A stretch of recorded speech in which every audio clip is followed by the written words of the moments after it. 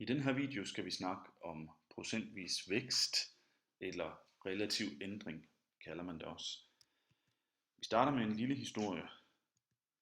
Der var engang 3 venner, de hed Lars, Claus og Mette, og de mødtes en dag, og så kiggede de på hinanden og syntes, at vi er måske blevet lidt store i det. Så de ville gerne tabe sig. Lars han vejede 80 kilo, Claus han vejede 100 kilo, og Mette vejede 60 kilo. Lars han tænkte, jeg begynder at løbe rigtig meget, og jeg begynder at cykle noget mere, og et år senere, så vejede han 75 kilo. Claus han sagde, hver gang jeg har lyst til at spise en Magnum, så vil jeg i stedet for spise en filuris. Og det hjalp også, for året efter, så vejede Claus 99 kilo. Mette hun sagde, i stedet for at drikke kaffe latte med sødmælk, så vil jeg til at drikke sort kaffe. Og året efter vejede Mette 56 kilo. Så mødtes de, og så skulle de jo have afgjort, hvem der havde tabt sig mest. Lars han havde tabt sig 5 kilo, Claus havde smidt 1 kilo, og Mette havde så tabt 4 kilo. Så Lars han var rigtig glad og sagde, jubi, det var mig, der havde tabt mig mest. Men så begyndte Mette at regne lidt på det og tænke, og så sagde hun, jamen hør nu her, du vejede jo 80 kilo til at starte med, så du havde altså også mere at give af. Jeg vejede jo kun 60 kilo til at starte med. Så derfor så synes jeg, at mine 4 kilo, det er sådan set lidt sejere end de der 5 kilo, du har smidt. Fordi hvis vi kigger på det relative vægttab, så havde Lars nemlig de der 5 kilo ud af 80 kilo, det svarer til, at han har tabt 6,25%. Claus' vægttab, det var på 1%, og Mettes vægttab, det var på 6,7%. Så i forhold til deres udgangspunkt, så var det faktisk Mette, der havde tabt sig mest. Præcis den samme logik kan vi bruge, når vi kigger på udviklingen i BNP. Her kigger jeg først på udviklingen i BNP i 2 lande, nemlig Danmark og Tyskland, hvor det så gerne skulle blive tydeligt, det her med, at når vi ser på en udvikling i forhold til udgangspunktet, så kan vores konklusion blive lidt en anden, end hvis vi bare ser på den absolute udvikling.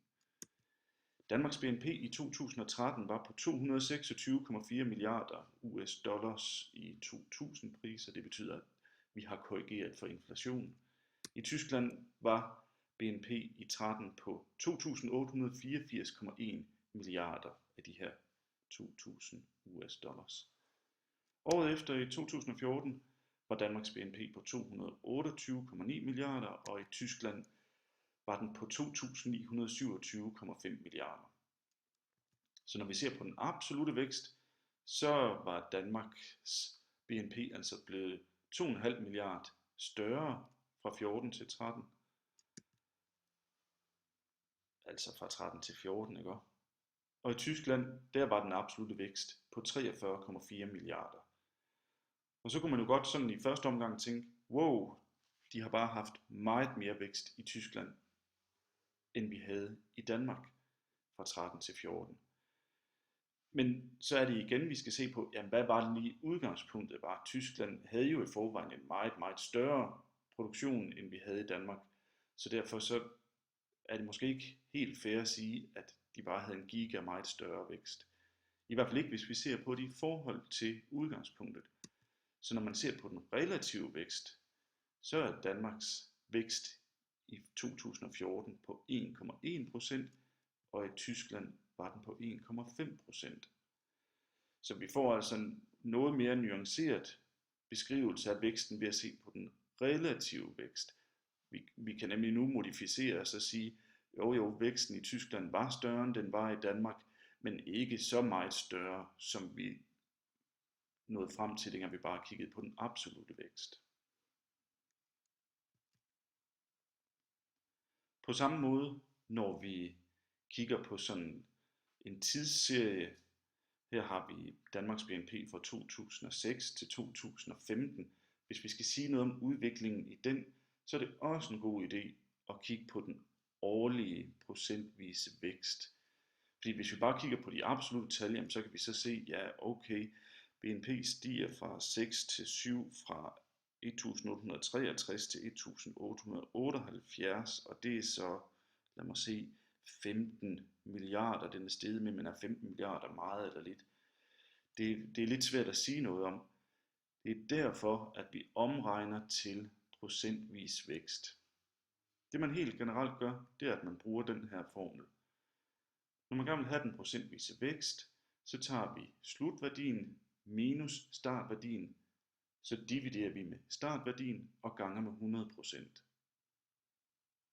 For eksempel væksten i 2007, startværdien, det var den vi skulle slutte med i minusstykket, det er 1863, og slutværdien i 2007, det er 1878, og så skal vi dividere med startværdien, som var 1863, gange med 100, og så får vi altså, at væksten i Danmark i 2007 var på 0,8%.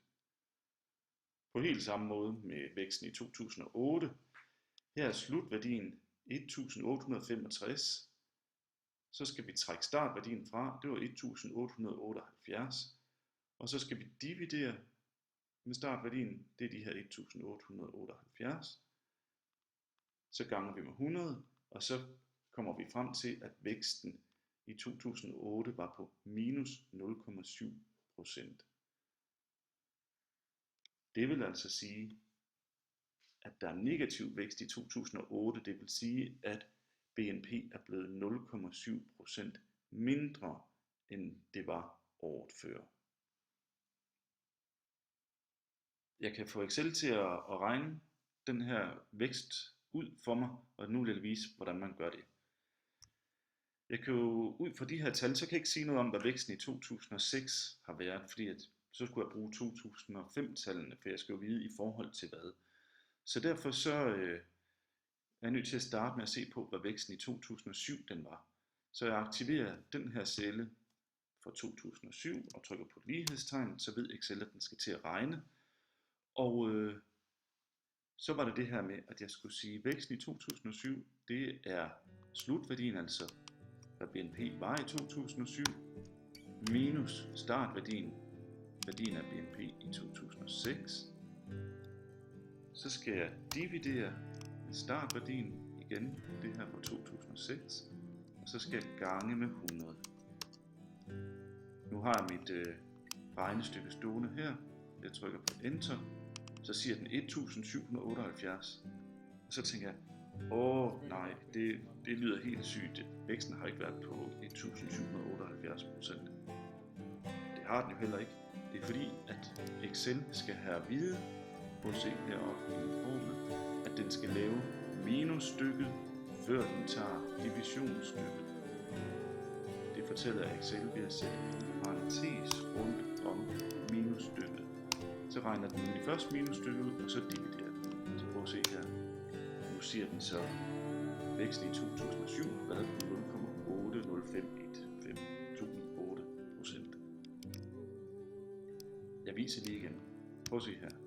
Jeg siger, i 2008, der er væksten så, jeg sætter lighedstegnet, jamen så skal jeg så have at vide, hvad var BNP i 2008, minus BNP i 2007, divideret med BNP i 2007, gange med 100, og så husker jeg lige det der med parentesen, rundt omkring mit minusstykke,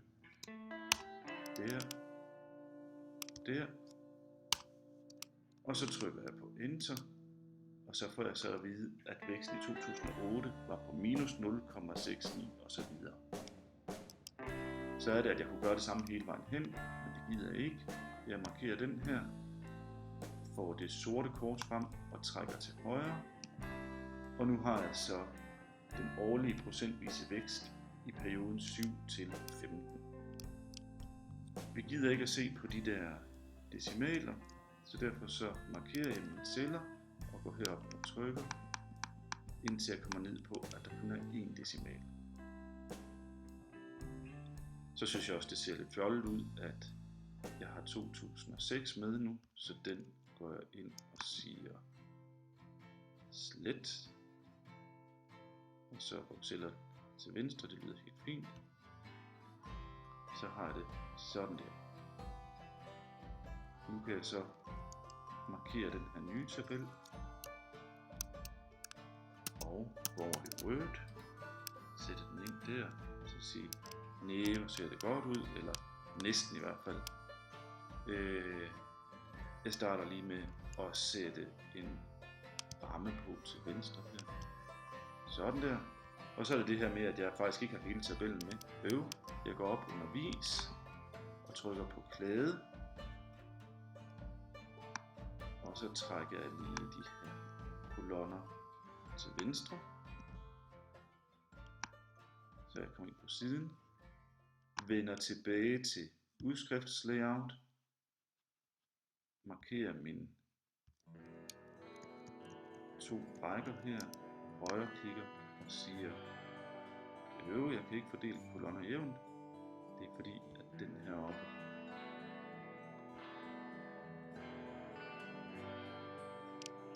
irriterer, så den sletter jeg lige. Så kan jeg markere tabellen og sige, fordel kolonner jævnt. Så blev det rigtig fint. Nu har jeg mistet min overskrift. Den vender jeg lige tilbage til Excel. Sådan der, kopierer den der, tilbage i Word, ind med den. Og så har jeg min tabel, som viser, hvordan BNP-væksten har været i årlig ændring i procent.